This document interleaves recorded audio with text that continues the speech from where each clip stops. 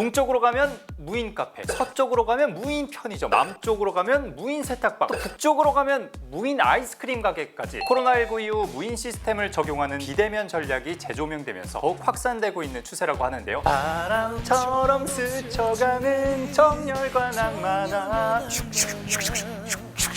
완전 무인 시대네요 이거. 이 시대 아니에요 그거? 뭐 비슷합니다.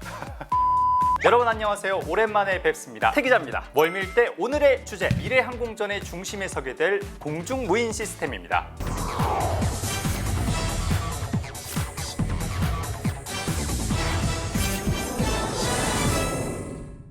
차세대 공군 육군 전력뿐 아니라 미래 전장에서 선두에 서게 될 무인기와 무인 전차 등 무인 전투 체계들, 인명 피해를 최소화하고 유지 비용 절감과 운용 효율성을 크게 높일 수 있다는 장점에서 무인 기술의 개발이 더욱 앞당겨지고 있는데요. 무인기와 관련된 최첨단 기술 소식들을 알아보도록 하겠습니다. 외신 기사 하나 먼저 소개하겠습니다. 올해 7월 AP통신은 극단주의 무장단체 이슬람 국가 지도자가 미군의 공습에 사살됐다고 보도한 바 있는데요. 이번 공습에는 MQ-9 리퍼 무인 항공기가 동원됐다고 합니다. 세계 최고로 꼽히는 MQ-9 리퍼는 무장을 갖춘 무인 전투기로 정보 수집을 위한 감시 정찰과 목표물을 정밀 타격하는 공격 능력이 가능한 걸로 알려져 있습니다. 사실 무인기의 역사는 여러분이 생각하고 있는 것보다 훨씬 이전부터 시작됐습니다. 최초의 무인기는 1차 세계대전 이후 1935년 영국이 개발한 DH-81 퀸비인데요. 사실 퀸비는 대공포 사격 훈련을 목적으로 한 표적기 용도였습니다. 본격적인 정찰용 무인기는 베트남 전쟁에서 눈부신 활약을 펼친 파이어비입니다. 비록 554대가 격추되긴 했지만 이것은 곧 554명의 아군 조종사 목숨을 살린 셈인데요. 현대전에서 무인기의 중요성이 커지자 세계 각국에서 무인기 개발에 나서게 됩니다. 우리나라의 최초 정찰용 무인기 도입 시기는 1988년도이며 최근 우리 군에서도 국방혁신 4.0 기본 계획을 수립하고 인공지능 기반의 유무인 복합 체계를 미래전장의 핵심 전력으로 발전시켜 나가고 있는데요. 국방부는 각 군과 해병대에서 시범적으로 적용하고 있고 범부처 협력을 통해 첨단 기술을 개발하고 있습니다. 특히 향후엔 합동 드론 사령부를 창설하는 등 무인기 대응 능력을 강화해 나갈 계획이라고 합니다. 그럼 최신 무인기 소식 좀 알려드릴까요? 세계 군사 저널 워 히스토리 온라인이 보도한 미 해군의 역사적인 무인 전투기인 미국 노스럽 그루먼사의 X-47B의 소식도 전했습니다. X-47B는 2011년 캘리포니아주 에드워드 공군기지에서 첫 비행을 시작으로 2014년 최초 항공모함에서의 이착륙, 2015년 세계 최초 완전 자율 공중급유 등의 다양한 최초 기록들을 남겼습니다. 하지만 미 해군은 너무 많은 비용과 완벽한 스텔스 기능에 대한 의문점들로 아직까지는 도입을 결정하지 않았습니다.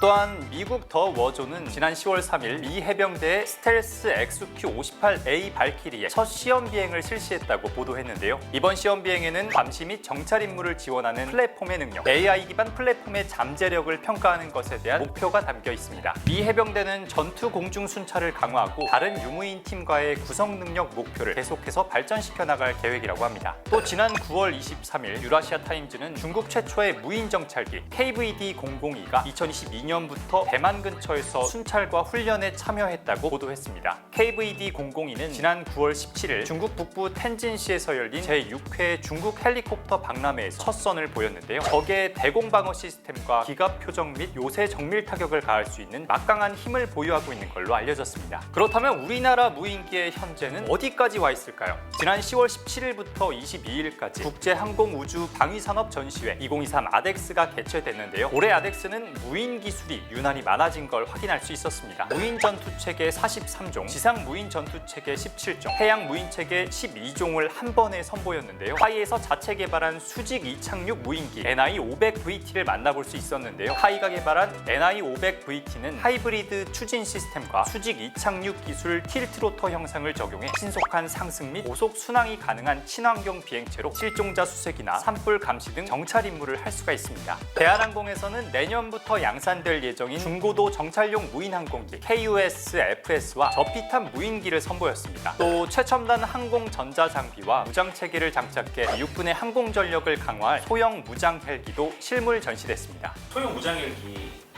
유인기잖아요.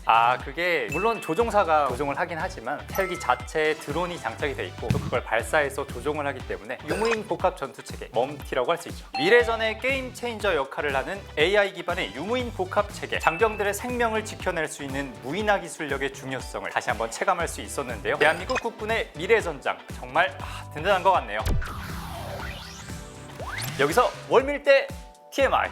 얼핏 봐서는 크기도 용도도 비슷한 드론과 무인기. 어떻게 구분하면 좋을까요? 무인기는 일반적으로 정밀 정찰, 지원, 요청 등의 목적으로 사용이 됩니다. 반면 이 드론은 무인기보다는 작은 규모를 가지며 일반인들이 손쉽게 접할 수 있는 촬영, 조사, 관측 등의 목적으로 사용되고 있습니다. 또한 전장 속에서 이 드론은 작지만 막강한 파괴력을 가졌는데요. 작은 크기로 레이더망을 빠져나갈 수 있기 때문입니다. 즉, 레이더가 드론을 새로 인식해 방공 시스템을 무력화시키는 셈입니다.